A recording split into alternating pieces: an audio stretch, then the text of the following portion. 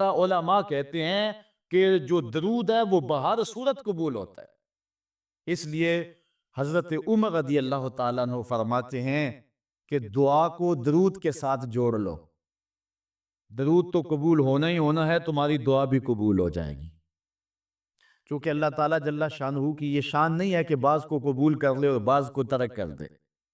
ہماری فقہ کا بھی مسئلہ ہے، اگر آپ نے کسی سے سودا لیا ہے، اس میں کوئی ردی چیز آ گئی اور کچھ صحیح آ گئی ہے، اب یہ نہیں آپ کہہ سکتے کہ جو صحیح صحیح ہے وہ رکھ لیں اور ردی واپس کر دیں، یا تو وہ صحیح کے ساتھ ردی بھی قبول کرنا پڑے گی، اور یا پھر جو ہے وہ صحیح بھی واپس کرنا پڑے گی۔ یہ نہیں ہوگا کہ مرضی کی رکھ لی اور مرضی کی واپس کر لی، یا سارا سودا قبول کرنا پڑے گا یا سارا سودا واپس کرنا پڑے گا۔ تو اللہ تعالیٰ جل شانہ کے حضور جب درود کے ساتھ دعا مانگی جائے تو پھر اللہ تعالیٰ جل شانہ اس دعا کو چھانٹ کے الگ نہیں کرتا کہ میں نے یہ نہیں قبول کرنی، درود کے ساتھ جو مانگی ہوئی دعا ہے اللہ وہ بھی مستجاب فرما لیتا ہے، وہ بھی قبول فرما لیتا ہے۔ درود پاک وہ بابرکت عمل ہے کہ جو اہل ایمان کو تعلیم دیا گیا۔ علماء نے لکھا کہ زندگی میں ایک مرتبہ درود شریف پڑھنا فرض ہے، اور جب حضور علیہ السلام کا نام لیا جائے اس وقت درود پڑھنا واجب ہے۔ اس کے علاوہ بھی وجوب کے اور بہت سارے مقامات علماء نے بیان کیے، اور نمایاں 40 مقامات علماء نے بیان کیے جہاں درود شریف پڑھنا مستحب ہے، لیکن بعض مقامات پہ درود شریف پڑھنا مکروہ بھی ہے، جس طرح باتھ روم اور اس قبیل کے اور مقامات اور جگہیں اور جو ہے وہ احوال ایسے ہیں جہاں درود شریف نہیں پڑھا جائے گا۔ باقی درود شریف وہ بابرکت وظیفہ ہے، وہ مقبول بارگاہ عمل ہے کہ جس کو جتنی بار مرضی پڑھو، ایک تو طبیعت میں اکتاہٹ نہیں ہوتی، انسان تھکتا نہیں، اور دوسرا اس عمل کی برکتیں اتنی ہیں، اس کا ثواب اتنا ہے کہ حضور نبی رحمت صلی اللہ علیہ وسلم کا فرمان حضرت ابو ہریرہ رضی اللہ تعالی عنہ سے سماعت کر لیجئے کہ حضور علیہ السلام نے ارشاد فرمایا من صلی علیہ صلاۃ واحدۃ صلی اللہ علیہ عشرا، جو میرے اوپر ایک مرتبہ درود پڑھتا ہے اللہ تعالیٰ اس پہ 10 رحمتوں کا نزول فرماتا۔ یہ اس بابرکت وظیفے کا نتیجہ ہے جو بندہ مومن کو نصیب کر دیا جاتا ہے۔ دوسری روایت حضرت انس بن مالک رضی اللہ تعالی عنہ سے مروی ہے ان النبی صلی اللہ علیہ وسلم قال من ذکرت عنده فلیصلی علی ومن صلی علی مرۃ صلی اللہ علیہ بہا عشرا۔ حضور نے فرمایا کہ جس شخص کے سامنے میرا ذکر کیا جائے اس کو میرے پہ درود پڑھنا چاہیے، اس لیے کہ جس نے میرے اوپر ایک مرتبہ درود پڑھا اللہ تعالیٰ اس پہ 10 رحمتیں نازل فرماتا۔ علماء نے ایک بڑی خوبصورت بات لکھی، وہ کہتے ہیں کہ اصل درود پڑھ کر کے اپنے لیے رحمتیں طلب کرنا ہوتا ہے رب سے، چونکہ مصطفیٰ کریم علیہ الصلوۃ والسلام ہمارے درود کے محتاج ہے۔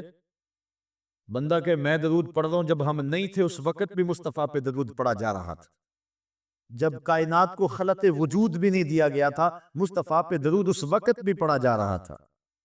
تو یہ ہم اپنی سعادت مندی حاصل کرتے ہیں۔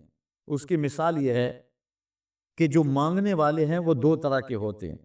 سورۃ الفاتحہ کی تفسیر میں میں نے مختصر بات آپ کے سامنے اس عنوان سے رکھی تھی۔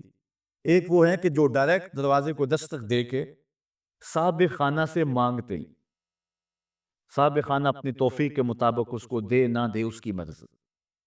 اور مانگنے والوں کا ایک اور طریقہ ہوتا ہے کہ وہ مانگتے نہیں، کسی شخص کے دروازے پہ کھڑے ہو کے اس کو دعائیں دینے لگتے ہیں، تیرے بچوں کی خیر، تیرے والدین کی خیر، جہاں دادے پر دادے سے شروع ہوتے ہیں اور نیچے نسل تک آتے ہیں۔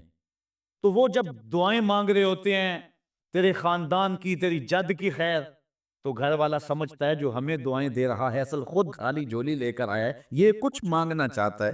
تو کوئی شخص اللہ کی بارگاہ سے مانگنا چاہے، اللہ تو اولاد سے پاک ہے، تو اس کے محبوب کی خیر مانگو، اللہ تعالیٰ ایک بار خیر مانگو گے 10 رحمتیں جھولی میں ڈال دے گا۔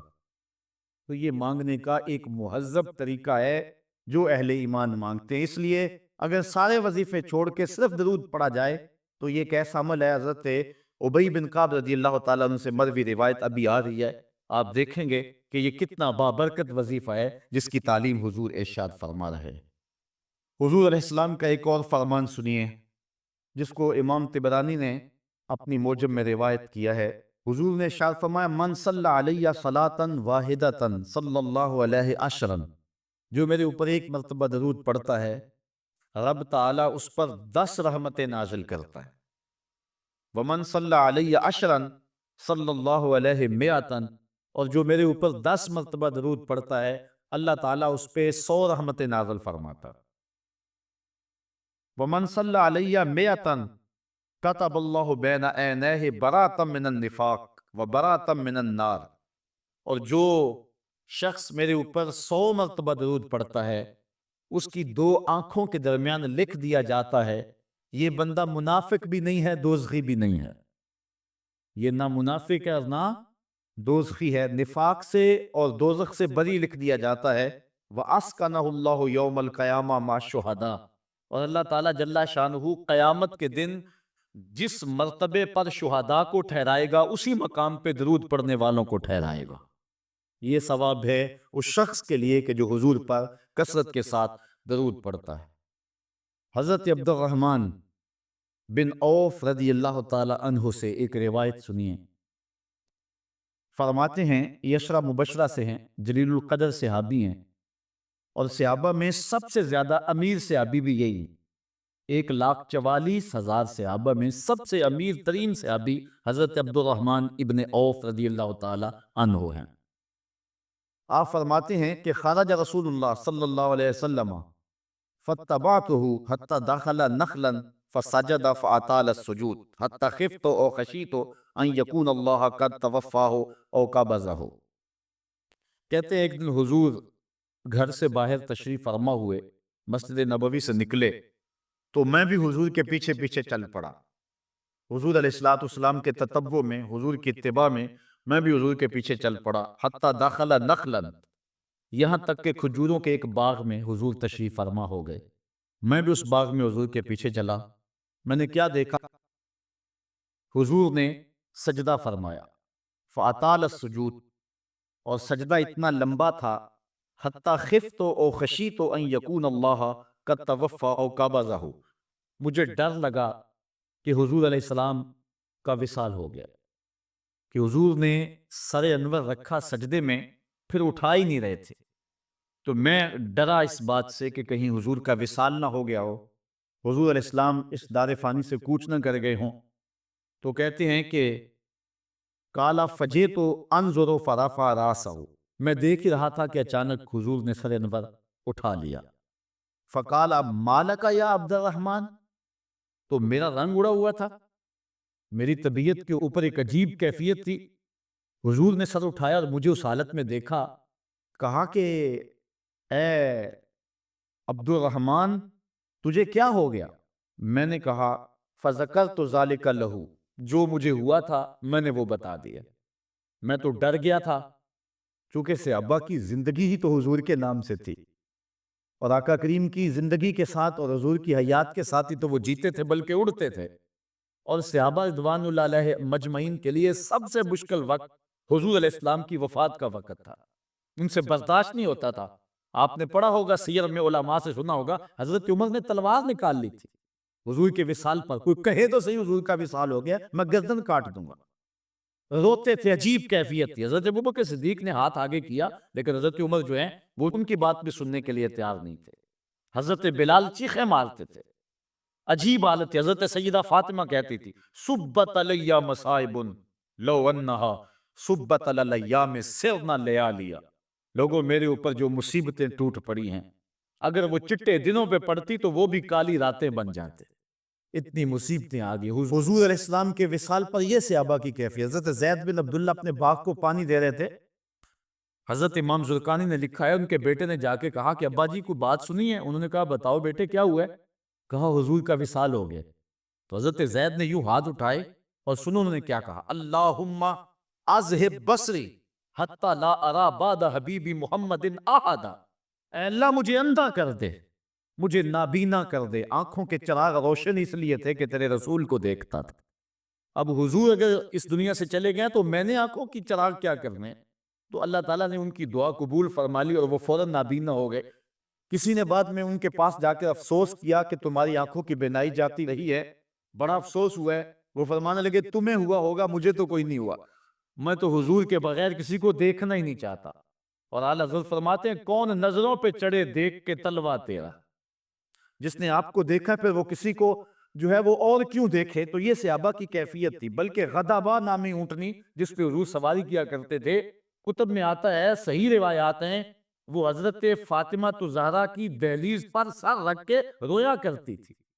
اور وہ یافور نامی دراز گوش جس پہ حضور سواری کیا کرتے تھے، جس کو ہم اپنی زبان میں گدھا کہہ لیتے ہیں لیکن نسبت رسول سے ہوگی تو پھر اس کو دراز گوش کہیں گے، تو وہ قبیلہ بنو سلیم کے کنویں میں چھلانگ لگا کے مر گیا کہ جب حضور چلے گئے ہیں تو ہم نے جی کے کیا لینا ہے۔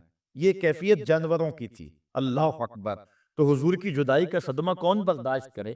آپ نے سنا نہیں کہ اس نے حنانہ حضور کے فراق میں کیسے تڑپ تڑپ کے روتا تھا؟ صحاح میں روایت ہے، لگتا تھا جس طرح پھٹ جائے گا، اور آقا کریم منبر سے نیچے اترے اور آقا نے اس کو دونوں ہاتھوں میں لیا، پھر تسلی دی، اور ایسے لگا جس طرح کہ بچھڑا ہوا بچہ ماں کی گود میں آ جائے تو اس کی گگھی بن جاتی ہے، یہ کیفیت ہوئی۔ پھر حضور منبر پہ جلوہ فراز ہوئے اور صحابہ سے مخاطب ہو کے کہا لو لم افعل ھکذا لھن الی یوم القیامہ، اگر میں اپنے عاشق زار کو منبر سے اتر کے یوں تسلی نہ دیتا تو یہ لکڑی کا ستون قیامت تک روتا ہی رہتا۔ اللہ اکبر! یہ ہے حضور کے پیار کی کیفیت۔ ان کے لیے مشکل مرحلہ تھا، تو حضرت عبد الرحمن بن عوف رضی اللہ تعالیٰ عنہ کہتے ہیں میں نے جو میرے پہ بیتی تھی نا، جو میری حالت ہوئی تھی، میں نے صاف صاف عرض کی حضور میں تو بہت پریشان ہوا تھا۔ تو حضور نے فرمایا فقالا ان جبرائیل علیہ السلام قال لی، سنو کہ جبریل امین میرے پاس آئے اور انہوں نے مجھے آ کے کہا الا ابشرک ان اللہ عز وجل یقول، کہ حضور میں آپ کو بشارت نہ دوں کہ رب کیا کہتا ہے؟ وہ یہ کہتا ہے من صلی علیک صلیت علیہ ومن سلم علیک سلمت علیہ۔ ذرا دیکھیے لفظ، حضور فرماتے ہیں میں کیوں سجدے میں گیا تھا؟ سنو اے عبد الرحمن ابن عوف، واقعہ کیا ہوا، میں اتنا لمبا سجدہ کیوں کیا؟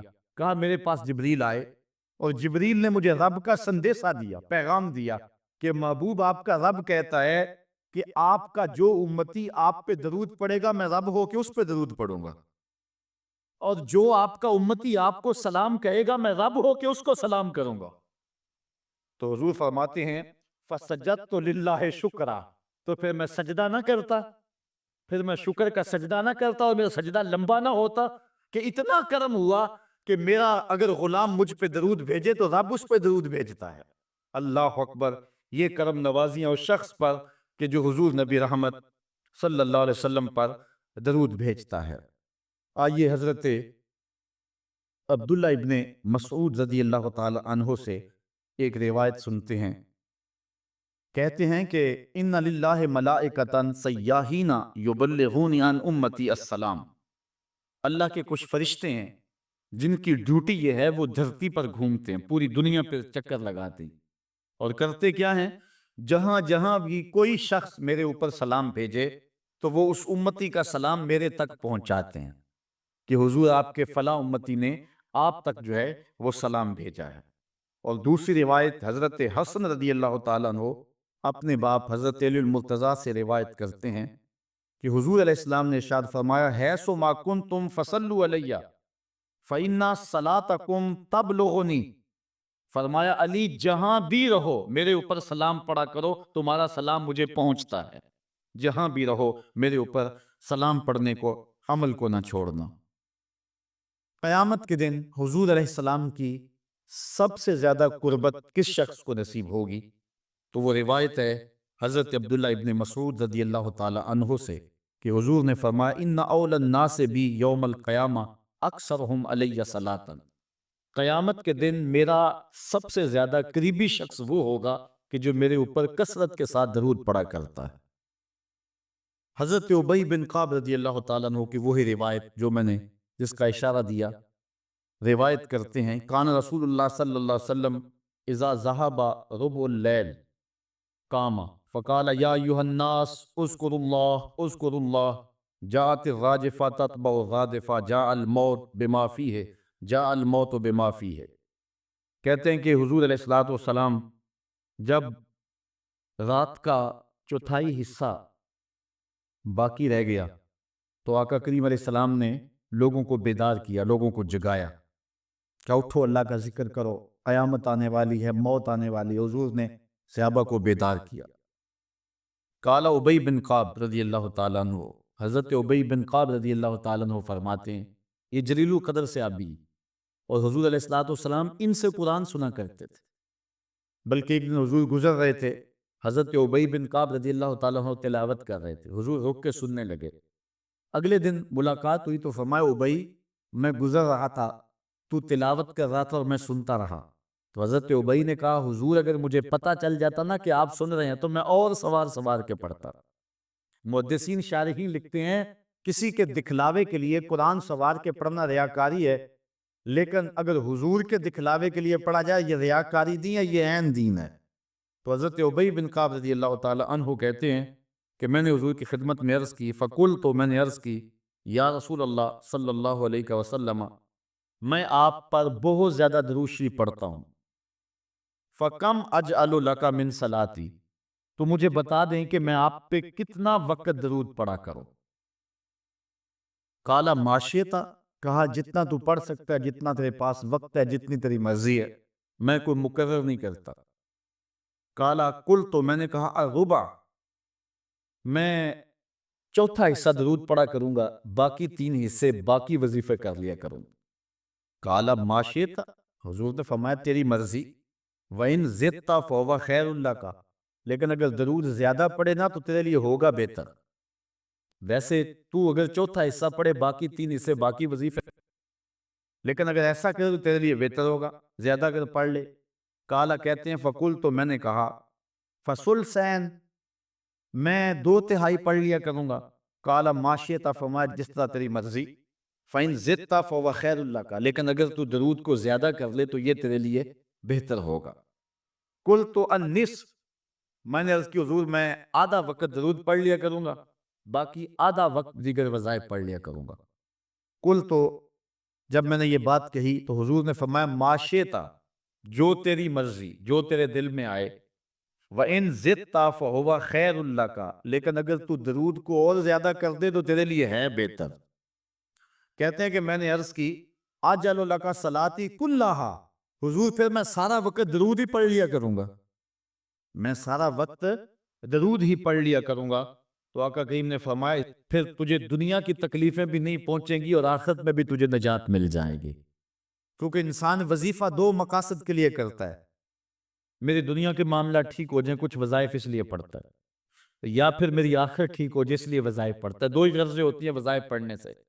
لیکن حضور نے فرمایا، اگر تو سارا وقت درود پڑھتا رہے تو پھر تیری دنیا بھی ٹھیک ہو جائے گی، تیری آخرت بھی ٹھیک ہو جائے گی، تیرے سارے معاملے ٹھیک ہو جائیں گے۔ اللہ اکبر۔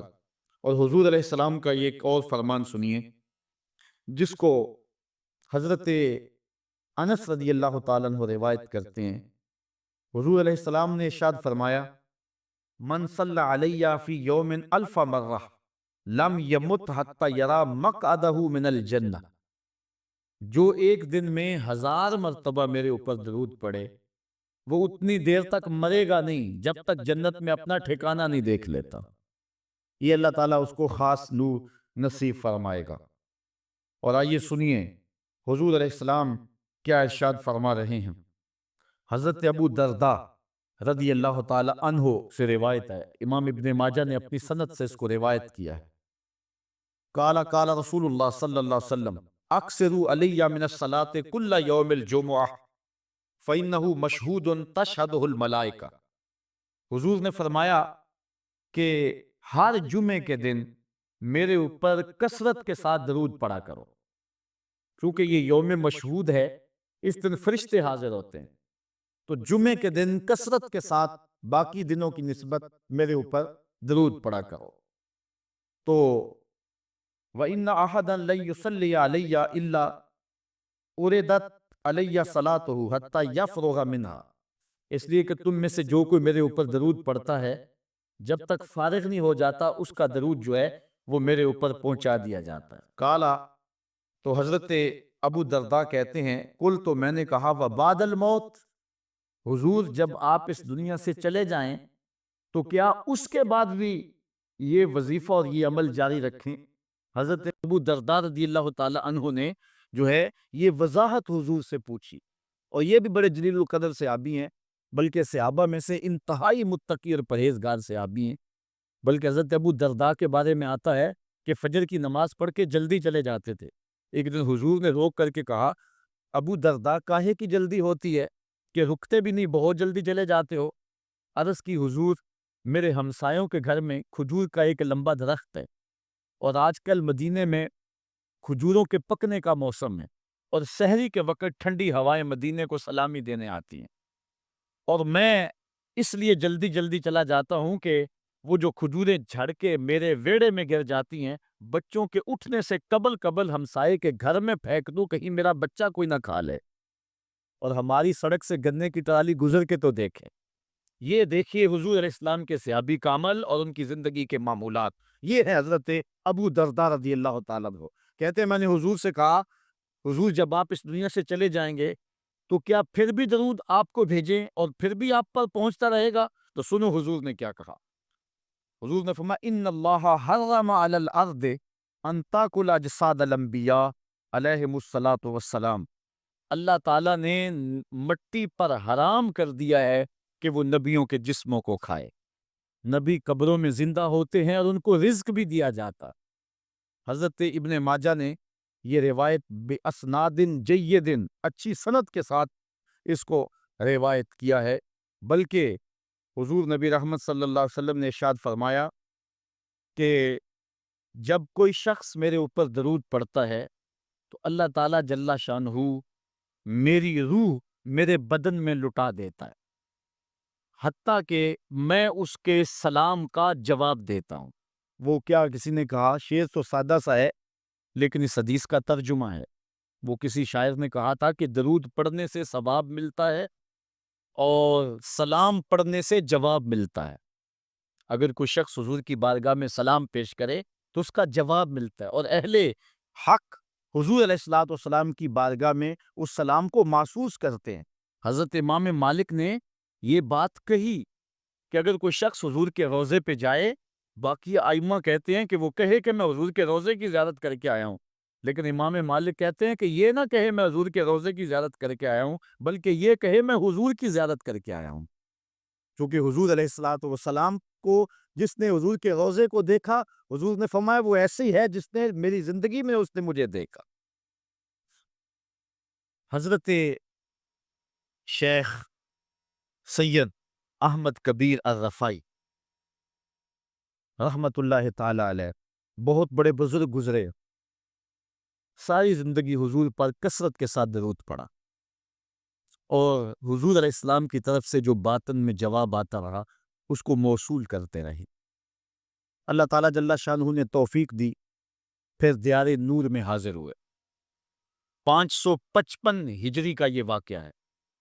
اس کو تمام مکاتب فکر کے لوگوں نے سوائے ایک مکتبہ فکر کے اپنی کتابوں میں لکھا ہے۔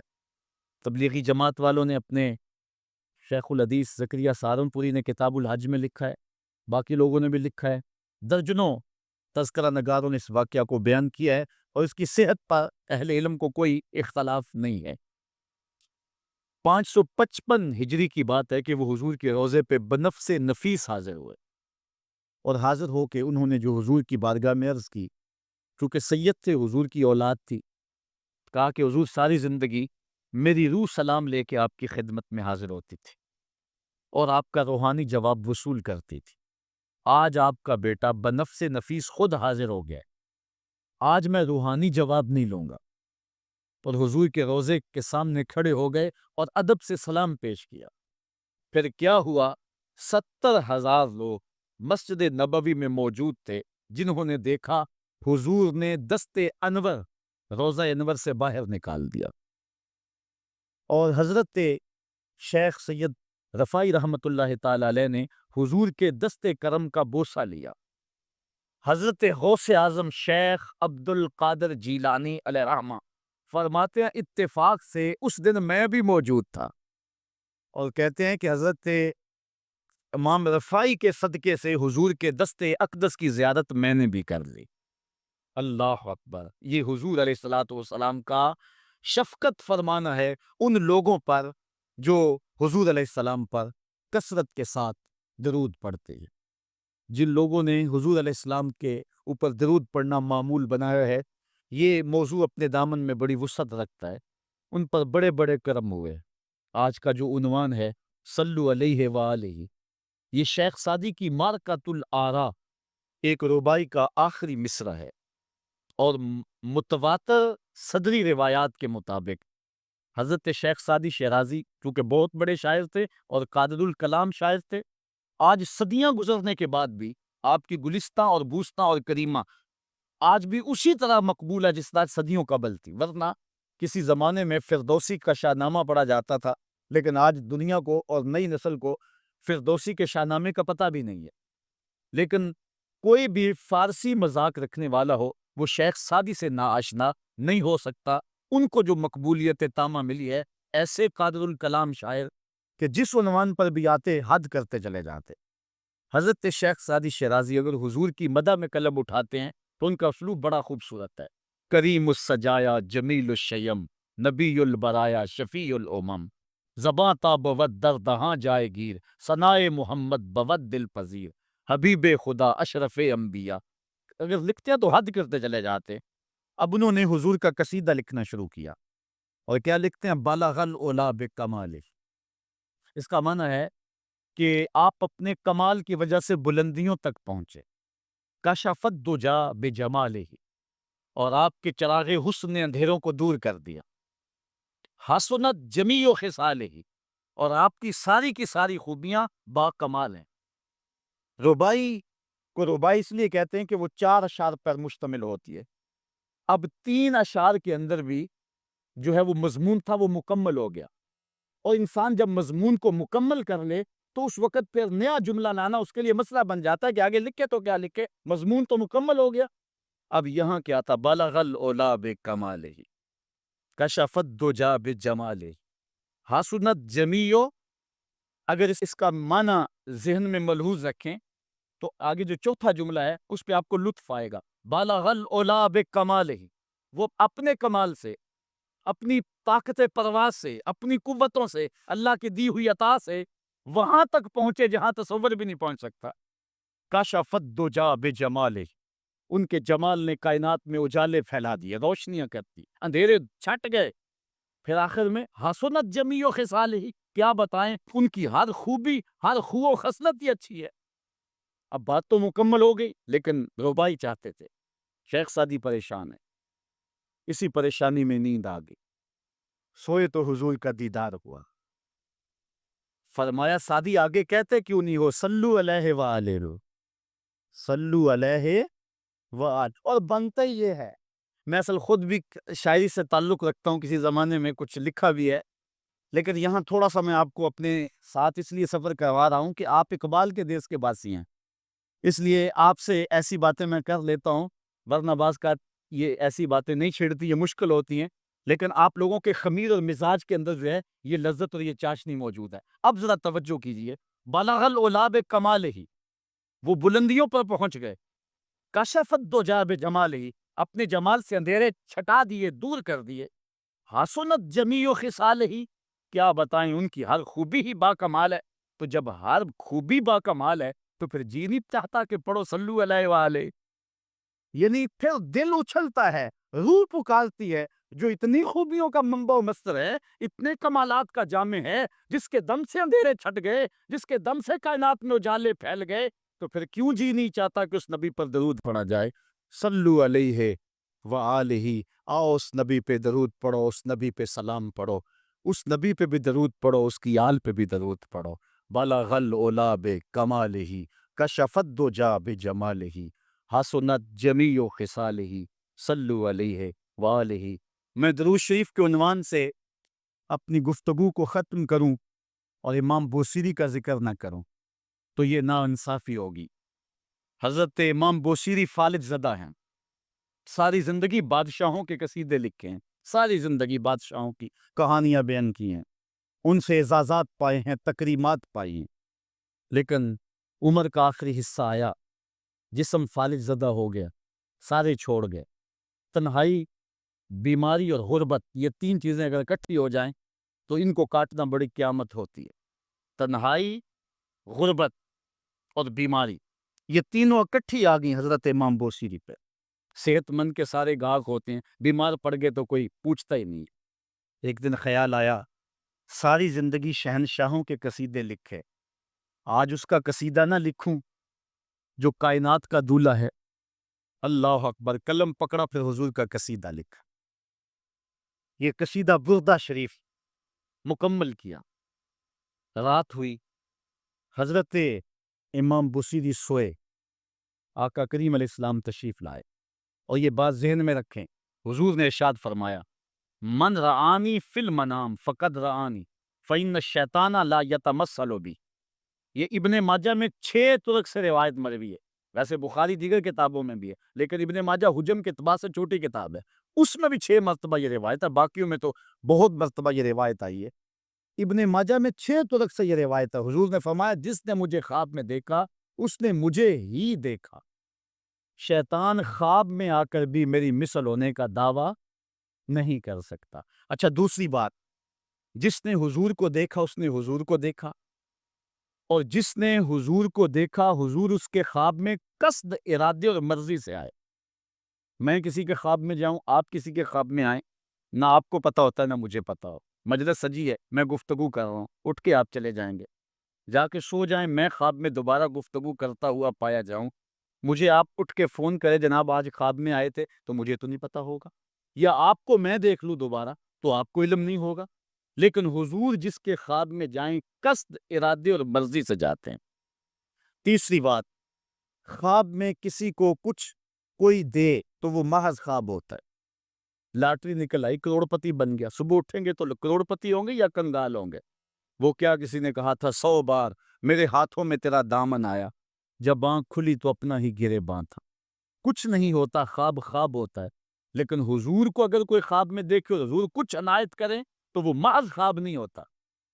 حضرت شاہ ولی اللہ محدث دہلوی فرماتے ہیں، میرے والد شاہ عبد الرحیم نے خواب میں انہوں نے حضور کو دیکھا تو آقا کریم علیہ السلام نے اپنے 2 منہ مبارک ان کو عطا کیے۔ کہتے ہیں جب اٹھے تو دیکھا کہ منہ مبارک نہیں تھے، تو پھر ان کی کیفیت وہی ہو گئی، اور پھر حضور خواب میں ملے، فرمایا کہ ہم نے تیرے سرہانے کے نیچے رکھ دیے۔ تو کہتے ہیں کہ وہ 2 بال حضرت شاہ ولی اللہ محدث دہلوی فرماتے ہیں ان کی علامت یہ تھی کہ وہ صندوق میں ہم رکھتے تھے، جب اس کو دھوپ میں لے کے نکلتے بدلی سایہ کیا کرتے تھے، اور فرماتے ہیں کہ جب وراثت تقسیم ہوئی تو ایک بال میرے حصے میں آیا، حضور کا منہ انور، حضور کا منہ مبارک۔ تو جس نے حضور کو خواب میں دیکھا حضور کو ہی دیکھا، حضور قصد سے آئے، جو دیا حقیقت میں دیا۔ اور چوتھی بات، وہ بخاری کی روایت ہے، حضور فرمایا، من رآنی فی المنام فسیرانی فی الیقظہ، جس نے مجھے خواب میں دیکھا ان قریب جاگتے بھی دیکھ لے گا۔ شارحین لکھتے ہیں ساری زندگی نہ دیکھ سکا، جب روح نکل رہی ہوگی رخ محبوب سامنے ہوگا، اور اگر اس وقت حضور کا دیدار ہو جائے تو اور چاہیے بھی کیا، سوکھا نکلے سا ظہوری جے ویخ لواں مکھ تیرا، اگر اس وقت حضور کا دیدار ہو جائے تو اور کیا چاہیے۔ تو حضرت امام بوصیری کہتے ہیں کہ میں سویا مقدر جاگا، حضور تشریف لائے، فرمایا بوصیری جو قصیدہ لکھا ہے وہ سناؤ تو صحیح۔ تو انہوں نے وہ مشہور قصیدہ مولا یصلی وسلم دائماً ابدا، وہ قصیدہ حضور کی خدمت میں پیش کیا، تو آقا کریم علیہ السلام نے اپنا دست شفا ان کے بدن پہ پھیرا، اور حضور نے اپنی چادر اتار کر کے حضرت امام بوصیری کو دے دی۔ بردہ عربی میں کہتے ہیں جو ہے وہ چادر کو، اسی لیے اس قصیدے کو قصیدہ بردہ کہتے ہیں، وہ قصیدہ جس کی جزا میں چادر عنایت ہوئی تھی۔ حضرت امام بوصیری جب اٹھے تو بالکل ٹھیک تھے، چادر اوڑی اور مسجد میں نماز پڑھنے کے لیے جا رہے ہیں۔ راستے میں ایک درویش کھڑا تھا، کہا بوصیری رات والا قصیدہ تو سناؤ جو تم نے لکھا ہے۔ حضرت بوصیری کہتے ہیں میں نے لکھا تھا اور کسی کو پتہ نہیں تھا۔ میں نے کہا کون سا قصیدہ؟ کہنے لگے بھولے نہ بنو جو حضور کو سنایا تھا. کہنے لگے کہ میں نے کہا کہ تجھے کیسے پتا ہے؟ کہا بتاؤں یہ چادر کون سی ہے؟ اللہ اکبر. تو امام بوصیری رحمت اللہ تعالی علیہ نے حضور علیہ السلام پر یہ درود لکھا، مولا یصلی وسلم دائماً ابدا، اور یہ جزا پائی. حضرت سید محمد بن سلیمان رحمت اللہ تعالی علیہ ایک بزرگ گزرے ہیں. یہ 708 ہجری میں پیدا ہوئے تھے. کہتے ہیں کہ میں ایک دن کسی بستی سے گزر رہا تھا اور وہاں ایک کنواں تھا، اس کا پانی تھوڑا سا نیچے تھا اور میرے پاس کوئی چیز نہیں تھی جس سے میں ڈول ڈال کر کے وہ پانی نکال سکوں. میں متحیر کھڑا تھا. ساتھ ہی ایک شکستہ سا کچا سا مکان تھا، اس مکان کے اوپر ایک چھوٹی عمر کی لڑکی کھڑی تھی. مجھے کہنے لگی کہ آپ پریشان ہیں؟ میں نے کہا ہاں بیٹے، مجھے پریشانی یہ ہے کہ میں نے وضو کرنا اور نماز پڑھنی ہے اور وقت جا رہا ہے اور یہ پانی بہت نیچے ہے، اگر تم کچھ میری مدد کر سکتی ہو تو ضرور کرو. وہ چھت سے نیچے آئی اور اس نے آ کے اپنا لعاب اس کنویں میں پھینکا. حضرت شیخ سید محمد بن سلیمان فرماتے ہیں کہ میں نے دیکھا کہ یکا یک کنویں کا پانی اچھل کے کناروں تک آ گیا اور بہنے لگا. میں نے جلدی سے وضو کیا اور پھر میں نے اس لڑکی کو کہا میں تجھے اللہ کا واسطہ دیتا ہوں، تو مجھے بتا کہ تیرے پاس ہے کیا کہ تیرے لب کے ڈالنے سے یہ پانی اچھل کے اوپر آ گیا. تو اس لڑکی نے مجھے کہا کہ یہ جو مرتبہ مجھے ملا ہے بکثرت الصلاۃ علی من کان اذا مشى فی البر تعلقت الوحوش باذیالہ، یہ مرتبہ میں اس پر درود پڑھ کے حاصل کیا ہے جب وہ جنگل سے گزرتے تھے تو جو جانور تھے قدموں سے لپٹ جاتے تھے، میں ان پر درود پڑھنے کی برکت سے جو ہے وہ یہ مرتبہ حاصل کیا ہے. تو حضرت سید محمد بن سلیمان کہتے ہیں کہ پھر میں نے ارادہ کر لیا کہ میں ساری زندگی حضور علیہ السلام پر درود پڑھتے ہوئے اور درود لکھتے ہوئے گزاروں گا. پھر انہوں نے مشہور زمانہ کتاب جس کو اہل علم اور اہل تصوف دلائل الخیرات کے نام سے جانتے ہیں، جس کی متعدد شروحات بھی لکھی گئی، وہ کتاب انہوں نے تصنیف کی. اور اس کتاب کی خصوصیت یہ ہے کہ جو شخص اس کتاب کو باقاعدگی کے ساتھ پڑھے اس کو حضور کا دیدار نصیب ہوتا. اور اس کتاب کو پڑھنے والے، میں نے ایک روایت میں پڑھا ہے کہ جو شخص حضور علیہ السلام پر کثرت سے درود پڑھے، اللہ تعالیٰ اس درود کی برکت سے اسے تو نوازتا ہے، اس کی اولاد کو اور اس کی اولاد کی اولاد کو، یعنی اس کی نسلوں کو بھی سنوار دیتا ہے. تو حضرت سید محمد بن سلیمان نے یہ کتاب لکھ کر کے درود کی زمانے پر احسان کیا، اور آج تک بالخصوص علماء روم کا عمل اس کے اوپر جو ہے وہ کثرت کے ساتھ ہے. لیکن یہاں بھی جو ہے وہ ہمارے بر صغیر پاک و ہند میں بھی دلائل الخیرات پر لوگوں کے بہت زیادہ عمل ہے. میرے والد گرامی اللہ ان کی قبر پہ کروڑوں رحمت نازل فرمائے، انہوں نے 37 سال تک بلا ناغہ دلائل الخیرات کا وظیفہ کیا ہے. اور یہ جو کچھ بھی ہے، وہ کیا کسی نے کہا تھا میں جو کچھ بھی ہوں ان کی توجہ کا روپ ہوں، میری زندگی تیرے پیار کا انعام ہی تو ہے. تو یہ سارا فیضان یہ درود شریف کا فیضان ہے جو دروس قرآن کی صورت میں آپ دیکھ رہے ہیں. حضرت سید محمد بن سلیمان رحمت اللہ تعالی علیہ کا پھر انتقال ہو گیا اور سوس نامی ایک بستی کے اندر ان کو دفن کر دیا گیا. پھر اس کے بعد 77 سال کے بعد ان کو وہاں سے مراکش منتقل کیا گیا، اور آپ کو جب دفن کیا گیا، اور یہ بات اخبار مشہورہ میں سے ہے کہ آپ کی قبر کی مٹی سے درود کی برکت کی وجہ سے کستوری جیسی خوشبو آیا کرتی تھی. اور جب اتنے طویل عرصے کے بعد ان کو قبر سے نکالا گیا تو جب وہ فوت ہوئے تھے تو انہوں نے تھوڑی دیر پہلے حجامت بنائی تھی، اور جب لحد سے ان کو نکالا گیا 77 برس بعد تو ایسے لگتا تھا کہ جس طرح ابھی خط کروایا ہے. اور لوگوں نے ان کے جسم کو انگلی لگا کر کے دیکھا تو جس طرح ایک زندہ شخص کے جسم کو انگلی لگائیں تو خون ہٹ جاتا ہے اور جگہ زرد ہو جاتی ہے، تو ایسے ہی لوگوں نے پایا کہ جگہ زرد ہو گئی. پھر انگلی اٹھائی تو جو ہے وہ پھر وہاں دوبارہ سرخی آنے لگی. تو اس شخص نے بتایا کہ یہ دیکھو کیا ہے، تو پھر جو بھی زیارت کرنے آتا وہ انگلی لگا کے دیکھتا اور اس طرح دباتا آپ کی جلد کو، اور وہ زرد ہو جاتی اور پھر دوبارہ خون آتا. تو پھر ان کی زیارت بند کر دی گئی اور وہاں سوس سے اٹھا کر کے ان کو مراکش کے اندر دفن کیا گیا، جو شخص حضور علیہ السلام پہ درود پڑھے تو اس کو حیات جاوداں مل جاتی ہے، اور صاحب درود نبی کا کمال اور مرتبہ کیا ہوگا۔ تو فرمایا ان اللہ و ملائکتہ یصلون علی النبی یا ایھا الذین آمنوا صلوا علیہ وسلموا